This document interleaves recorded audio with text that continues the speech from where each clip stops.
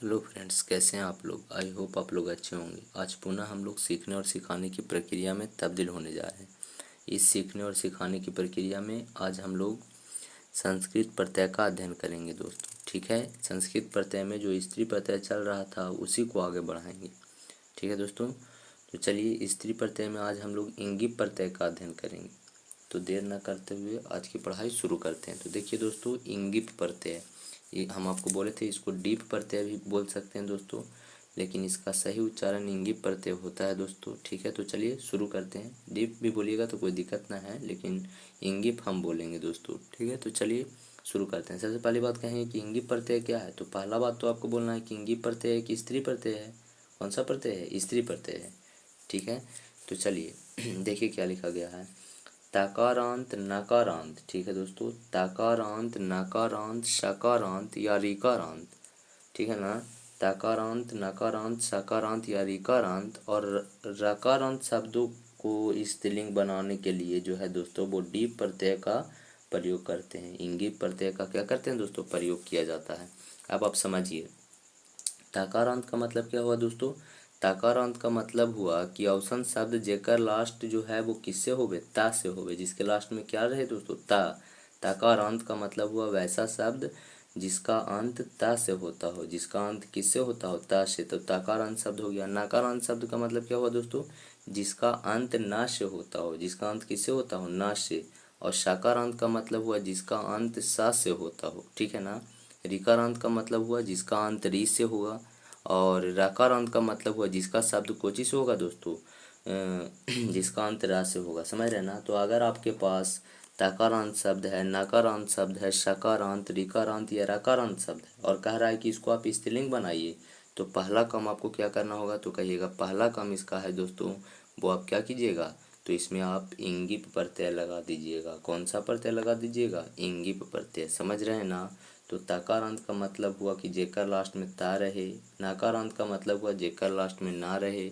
शकारांत का मतलब हुआ जेकर लास्ट में शा रहे। और ऋकारांत का मतलब हुआ जेकर लास्ट में री रहे। और अकारांत का मतलब जेकर लास्ट में क्या रहे? रा। जैसे भागवत बोलेंगे तो कौन सा शब्द होगा? तो कहिएगा ओकर लास्ट में भागवत, लास्ट में ता है तो वो एक तकारांत शब्द है ना। जैसे बोलेंगे गुणीन या मायाबीन, तो मायाबीन बोलें दोस्तों तो मायाबीन लास्ट में क्या आया? ना, तो वो नकारांत शब्द है। जैसे विद्वस बोलेंगे, विद्वस, तो विद्वस लास्ट में शा आया तो वो कैसा शब्द है? शकारांत। पितृ बोलेंगे दोस्तों तो पितृ एक कैसा शब्द है? रिकारांत। पितृ लिखेंगे ना तो पितृ लिखेंगे तो री आ रहा है लास्ट में, तो कौन सा शब्द है? रिकारांत शब्द है। समझ रहे हैं ना। तो इस प्रकार से तकारांत नकारांत सकारांत शब्द आप समझ गए होंगे। अब हम लोग एक एक करके समझेंगे कि तकारांत शब्द में इंगी प्रत्यय बनाएंगे तो किस प्रकार से बनेगा। नकारांत, सकारांत। ठीक है ना। तो चलिए शुरू करते हैं। सबसे पहले हम लोग समझते हैं कि तकारांत। तकारांत का मतलब क्या हुआ दोस्तों? अवसन शब्द जेकर अंत कौची से होगा? ता से। समझ रहे ना। जिसका अंत किससे होगा? ता से होगा तो उसको बोलेंगे तकारांत शब्द। जैसे देखिए दोस्तों, लिखा गया है तकारांत पुल्लिंग शब्द है, उसमें आप प्रत्यय लगाइएगा तो क्या बनेगा दोस्तों? स्त्रीलिंग शब्द बनेगा, है ना। तो चलिए समझिए। तो तकारांत में क्या हुआ दोस्तों? जैसे भागवत, क्या हम लिखें? भागवत, तो भागवत में इंगी प्रत्यय लगाएंगे। तकारांत में इंगी प्रत्यय लगाते हैं दोस्तों तकारांत से बनाने के लिए। तो भागवत में इंगी प्रत्यय लगाएंगे तो बनेगा भगवती। क्या बनेगा? भगवती। उसी प्रकार से भावत लास्ट में ता है तो इंगी प्रत्यय लगाएंगे तो भावती बनेगा, है ना। श्रीमत, तो इंगी प्रत्यय लगाएंगे तो श्रीमती बनेगा। पुत्रवत, इंगी प्रत्यय लगाएंगे तो पुत्रवती। बलवत, बलवती, इंगी प्रत्यय। कृतवत, कृतवती। बुद्धिमत, बुद्धिमती। प्रभावत, प्रभावती। ठीक है दोस्तों। लज्जावत, इंगी प्रत्यय लगाएंगे तो क्या बनेगा ये आपको बताना है दोस्तों। ठीक है, तो कमेंट में आपको इसका आंसर दीजिएगा कि लजावत में अगर इंगी प्रत्यय लगाएंगे तो क्या बनेगा। तो कुछ तो नहीं करना है दोस्तों। सब देखिए लास्ट में ता है ना। देखिए सब में ता है लास्ट में, तो ता है लास्ट में, इसका मतलब कौन सा शब्द हुआ? ये पूरा का पूरा शब्द जो है दोस्तों, ये पूरा का पूरा शब्द जो है वो आपका कैसा शब्द है? तकारांत शब्द है। यहाँ ये भी तकारांत है, पूरा तकारांत। और तकारांत में ये तकारांत को क्या बनाने के लिए? स्त्रीलिंग बनाने के लिए आपको कहिएगा कि तकारांत में कौन सा प्रत्यय जोड़ेंगे? इंगी प्रत्यय।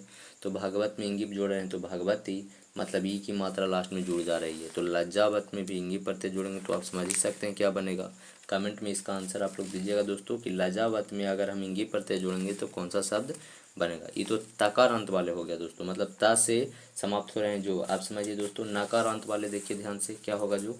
तो नकार अंत वाले समझने के लिए देखिए दोस्तों, ये आपका नकारांत शब्द है। नकारांत शब्द का मतलब जेकारांत कौची से हुआ हो, ना से। तो जैसे देखिए तेजस्विन है, और हम बताएं कि नकारांत शब्द में आपको कौन सा प्रत्यय लगाना है, इंगी प्रत्यय लगाना है। तो तेजस्विन में अगर हम इंगी प्रत्यय होगा तो क्या होगा दोस्तों, तेजस्विनी बनेगा, तेजस्विनी। ठीक है ना। तो आपको समझना है कि तेजस्विन में इंगी प्रत्यय जोड़ेंगे तो तेजस्विनी बनेगा। मायाबीन में अगर जोड़ेंगे तो क्या बनेगा दोस्तों, तो मायाबीन में अगर आप जोड़िएगा इंगी प्रत्यय तो बनेगा मायाबीनी, है ना। गुणिन में इंगी प्रत्यय जोड़ेंगे तो गुणिनी। तपस्विन में इंगी प्रत्यय जोड़ेंगे तो तपस्विनी। यशस्विन में इंगी प्रत्यय जोड़ेंगे तो यशस्विनी। मानिन में जोड़ेंगे तो मानिनी। मनोहारिन में जोड़ेंगे तो मनोहारिणी। अनुरागिन में जोड़ेंगे तो अनुरागिनी। और मनस्विनी में जोड़ेंगे तो क्या बनेगा जो आपको बताना है। ठीक है दोस्तों। तो देखिए पूरा का पूरा कौन सा शब्द था, नकारांत था ना दोस्तों। देखिए ना से शब्द समाप्त हुआ है, सब में ना से, तेजस्विन, मायावीन, गुणीन, तपस्विन, यशस्विन, मानिन। ठीक है दोस्तों। मनोहारिन, अनुरागिन, मनस्विन। ठीक है। तो ये पूरा का पूरा जो है सबके लास्ट में ना है दोस्तों, देख सकते हैं आप, यानी कि नकारांत शब्द है। और नकारांत पुल्लिंग शब्द को अगर आप स्त्रीलिंग बनाना चाहते हैं तो उसमें आपको कौन सा प्रत्यय जोड़ना होगा, तो कहिएगा इंगी प्रत्यय जोड़ना होगा, है ना। तो इस प्रकार से आप क्या हो सकता है, इस इंगी प्रत्यय जोड़ करके आप स्त्रीलिंग शब्द बना सकते हैं, समझे ना दोस्तों। तो ये तो हो गया नकारांत। ठीक है। इसके पहले हम लोग तकारांत पढ़ लिए थे दोस्तों। आप समझिए दोस्तों ऋकारांत शब्दों के बारे में हम लोग समझेंगे कि ऋकारांत में क्या होता है दोस्तों। चलिए दोस्तों अब हम लोग समझते हैं ऋकारांत। ठीक है। ऋकारांत का मतलब जेकारांत कौची से होगा, री से होगा। ठीक है ना दोस्तों। समझिए ऋकारांत पुल्लिंग शब्द में अगर आप प्रत्यय जोड़ेंगे तो स्त्रीलिंग शब्द बनाना है। तो पितृ हो गया, गंत्री हो गया, दात्री, धात्री, कर्त्री, जनित्री, भोक्त्री, पशवित्री। ठीक है दोस्तों। हंत्री, इस प्रकार से है। तो आप देखिए इस प्रकार से आप लास्ट में देखिए री है ना दोस्तों, सब में री है, यानी इस सब पूरा का पूरा शब्द जो हम लिखे हैं दोस्तों, वो पूरा का पूरा शब्द जो है वो आपका ऋकारांत शब्द है। और ऋकारांत पुल्लिंग शब्द को अगर आप स्त्रीलिंग बनाना चाहते हैं तो उसमें कौन सा प्रत्यय लगाना होता है दोस्तों, इंगी प्रत्यय लगाना होता है। तो देखिए पितृ में यदि इंगी प्रत्यय जोड़ेंगे तो क्या बनेगा, पितृ बनेगा दोस्तों, इस प्रकार से। गंत्री में इंगी प्रत्यय जोड़ेंगे तो गणंत्री बनेगा दोस्तों। धात्री में जोड़ेंगे तो दात्री बनेगा। धात्री में जोड़ेंगे तो धात्री। कर्त्री में इंगी प्रत्यय जोड़ेंगे तो कर्त्री। जनित्री में जोड़ेंगे तो जनित्री। भोक्त्री में जोड़ेंगे तो भोक्त्री। प्रश्वित्री में इंगी प्रत्यय जोड़ेंगे तो पशवित्री बनेगा दोस्तों। और हंत्री में इंगी प्रत्यय जोड़ेंगे तो भी क्या बनेगा दोस्तों, हंत्री बनेगा। समझ रहे हैं ना आप लोग। तो इस तरह से आप कौन सा शब्द समझ सकते हैं, तो ऋकारांत। ऋकारांत का मतलब री से अंत होने वाले शब्द। तो इतना सारा जो भी एग्जाम्पल था दोस्तों वो सब री से अंत होने वाले थे दोस्तों, री से अंत होने वाला एग्जाम्पल था। और उस सब में आप कौन सा प्रत्यय जोड़े हैं दोस्तों, इंगी प्रत्यय जोड़े हैं। तो री से अंत होने वाले शब्दों में यदि आप इंगी प्रत्यय जोड़ते हैं दोस्तों तो आपका जो बनता है वो इस प्रकार से शब्द बनता है। इसका आपको कमेंट में आंसर बताना है दोस्तों कि हनंत्री में यदि इंगी प्रत्यय जोड़ेंगे तो कौन सा शब्द बनेगा, समझ रहे हैं ना। तो चलिए अब हम लोग साकारांत शब्द के बारे में समझते हैं। तो देखिए क्या है जो साकारांत शब्द में यदि आप क्या जोड़िएगा, इंगी प्रत्यय जोड़िएगा। मतलब साकारांत शब्द है उससे अगर स्त्रीलिंग प्रत्यय बनाना, स्त्रीलिंग शब्द बनाना चाहते हैं तो उसमें भी आपको इंगी प्रत्यय जोड़ना होता है। तो देखिए साकारांत पुल्लिंग शब्द में अगर आप इंगी प्रत्यय जोड़ेंगे, साकारांत कौन सा है, विद्वस, लास्ट में सा है। साकारांत का मतलब सा से अंत होने वाले। तो विद्वस में सा से अंत हुआ है कि नहीं दोस्तों। तो विद्वस में अगर आप इंगी प्रत्यय जोड़ेंगे तो क्या बनेगा, विद्वासी बनेगा। कौन सा शब्द बनेगा दोस्तों, विद्वासी। समझ रहे हैं आप लोग। तो इस तरह से आप साकारांत शब्द के बारे में समझ सकते हैं। आगे समझिए दोस्तों। आगे हम लोग समझते हैं कि और कौन सा बचा है जो, और एक है दोस्तों जो देखिए समझिए ध्यान से। तो है आपका कि दिग्गु समास। कौन सा समास दोस्तों, दिग्गु समास में भी इंगी प्रत्यय होता है। कौन सा समास में, दिग्गु समास।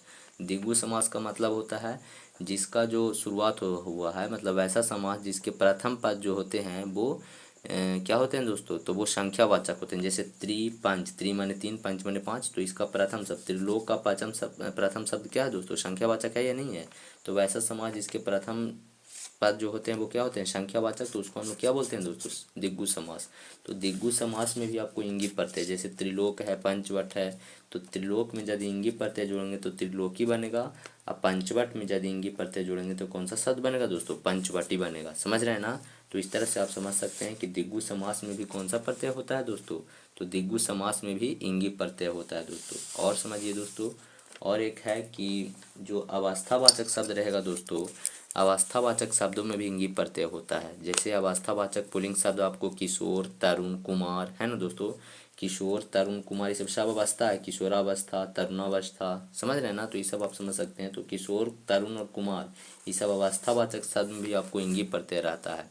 जैसे किशोर में इंगी जोड़िएगा तो क्या बनेगा, किशोरी। तरुण में इंगी जोड़ेंगे तो क्या बनेगा, तरुणी। और कमेंट में इसका आंसर आपको बताना है दोस्तों कि कुमार में इंगी प्रत्यय जोड़ेंगे तो कौन सा शब्द बनेगा। हो जाएगा ना।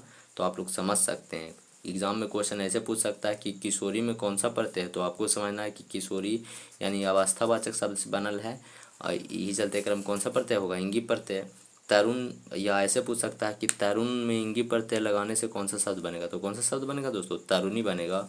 और इसका आंसर आपको कमेंट में देना है। एक अपवाद है दोस्तों, इसको समझ लेना है, ध्यान से इसको समझना है। अपवाद, वृद्ध जो है वो भी एक अवस्थावाचक शब्द है, लेकिन वृद्ध अवस्थावाचक शब्द से अगर आप स्त्रीलिंग शब्द बनाना चाहते हैं दोस्तों, तो वृद्ध में टाप लगा करके आप क्या बना सकते हैं, वृद्धा बना सकते हैं।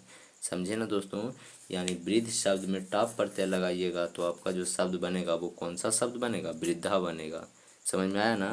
तो इस तरह से आप इसको समझ सकते हैं। ठीक है दोस्तों, तो आज के लिए इतना ही। फिर मिलेंगे नए वीडियो के साथ, तब तक के लिए धन्यवाद दोस्तों।